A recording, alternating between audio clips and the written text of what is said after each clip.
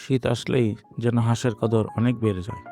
তো গত শীতের মতো এবারও আমাদের হাঁস পার্টির আয়োজন হয়, যা বন্ধু রাকিব ওরফে মাস্টার মশাই নিয়ে আসেন সুদূর চারিগ্রাম কোনো এক খামার থেকে। 14 দিন ফ্রিজে থাকার পরে এই হাঁস আজকে খাবার উপযোগী করতে আমি সোহেল ছিলাম সর্বক্ষণ।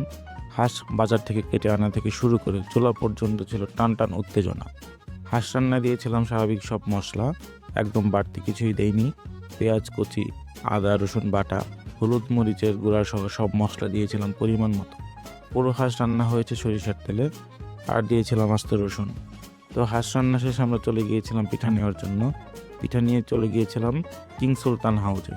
তো খাবার আগ মুহূর্ত থেকে বাকি যা ছিল শুনে নিন নিজেই।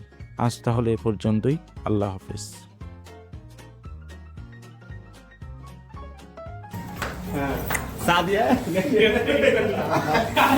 একবার বন্যা দেখা হয়েছিলাম 7 অফ দ্য গ্যাস্ট্রিকের ট্যাবলেট কয় অনেক জলে পালাগুলো নয় আমার খাবার সব খাওয়াইছি কিনা খাওয়া আমি ওই যে ওইটা তাহলে ইয়ে করে দিই হাসি বাজার বাগের বাজার বলেছিলাম কইলো এরপরে আমি খাবো হাঁস তো দুইটা রে মহাসেন খাইছে।